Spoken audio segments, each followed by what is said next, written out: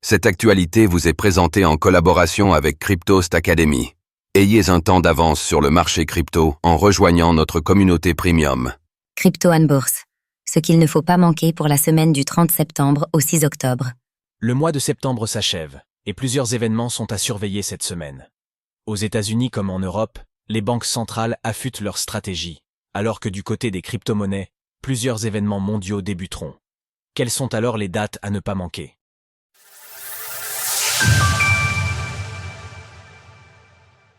Lundi 30 septembre, Jérôme Powell, Christine Lagarde et les tokens d'EigenLayer, Eigen.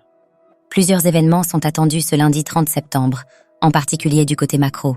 Outre-Atlantique, le président de la Réserve fédérale des États-Unis, Jérôme Powell, s'exprimera par un discours. On s'attend à ce qu'il donne plus de contexte sur la décision récente de réduire les taux d'intérêt de la Banque centrale, avec des indications pour le reste de l'année 2024. Du côté de l'Europe, c'est Christine Lagarde qui se prêtera à un grand entretien. La présidente de la Banque centrale européenne, BCE, tiendra son premier dialogue monétaire, dans le cadre de la Commission des affaires économiques et monétaires. Au Royaume-Uni, nous saurons ce jour comment a évolué le PIB du deuxième trimestre, alors qu'en Allemagne, ce sont les chiffres de l'inflation de septembre qui seront publiés. Du côté des crypto-monnaies, l'événement du jour est à aller chercher du côté d'EigenLayer, Eigen. Alors que l'airdrop des tokens du protocole est en cours, les Eigen deviennent transférables à partir d'aujourd'hui. Cela veut dire qu'ils pourront désormais être librement échangés, une évolution majeure pour EigenLayer. Mardi 1er octobre, Unlock de SUI et Zeta, déclaration de Michel Barnier en France. Ce mardi 1er octobre, 2 unlocks sont à prévoir. D'une part, celui de la plateforme de smart contract SUI Network, SUI. Ce sont 64 millions de SUI qui seront libérés, soit 2,4% de l'approvisionnement. Cela correspond à une somme de 108 millions de dollars au cours actuel. Zeta Chain, Zeta, procédera également à un unlock ce jour. La plateforme de facilitation OmniChain libérera 53 millions de Zeta. C'est 13,4% de l'approvisionnement et cela représente une somme de 40 millions de dollars. Du côté de la France, ce jour marquera la déclaration de politique générale du nouveau Premier ministre Michel Barnier. Ces mots seront particulièrement écoutés alors que le gouvernement a mis plusieurs mois à se former. Dans la zone euro, ce sera également la première estimation de l'inflation du mois de septembre. Pour rappel, l'inflation avait atteint 2,2% sur un an en août dernier. Mercredi 2 octobre, Digital Asset Week de Londres, Unlock de Cardano, ADA. Ce mercredi marque le coup d'envoi de la Digital Asset Week de Londres. Cette semaine de conférences rassemblera des acteurs du secteur de la blockchain et des crypto-monnaies. Ce sera peut-être l'occasion d'annonces de la part d'entreprises.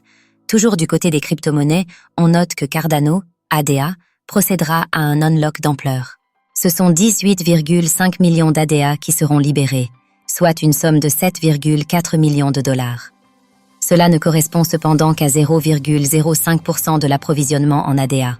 Ce même jour, le token du projet WorldCoin, WLD, arrivera sur la plateforme de produits dérivés Binance Futures. Pour rappel, WorldCoin est un projet porté par Sam Altman qui vise à proposer des moyens d'identification universels basés sur la blockchain. Enfin, ce mercredi verra aussi le lancement de DeFi Kingdoms, Jewel, un jeu blockchain cross-chain sur le layer de Meti. Vendredi 4 octobre, Ethereum, Unlock DMX.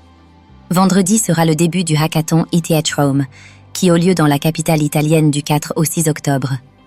Les développeurs s'affronteront pour gagner divers lots d'une valeur totale de 70 000 dollars. Des side events avec des acteurs de l'industrie sont bien sûr à prévoir. Un unlock est également à surveiller ce jour, celui d'Immutable X, IMX. Le layer 2 dédié au jeu blockchain va libérer 32 millions de tokens. C'est 2% de son approvisionnement actuel, soit une somme de 57,8 millions de dollars au cours actuel. Du côté des États-Unis, les chiffres du chômage seront mis à jour ce vendredi. Ils pourraient créer des remous, alors que la campagne présidentielle accélère ces dernières semaines. À surveiller également cette semaine, l'évolution du protocole Avalanche, AVAX. Sa plus grande mise à jour doit être lancée ce mois, mais on ne connaît pas encore la date précise. L'arrivée du nouveau ministre de l'économie et des finances français, Antoine Armand. Il fait face au bilan contrasté de son prédécesseur, Bruno Le Maire, alors que Michel Barnier a jugé la situation des comptes publics de la France comme très préoccupante. Retrouvez toutes les actualités crypto sur le site cryptost.fr.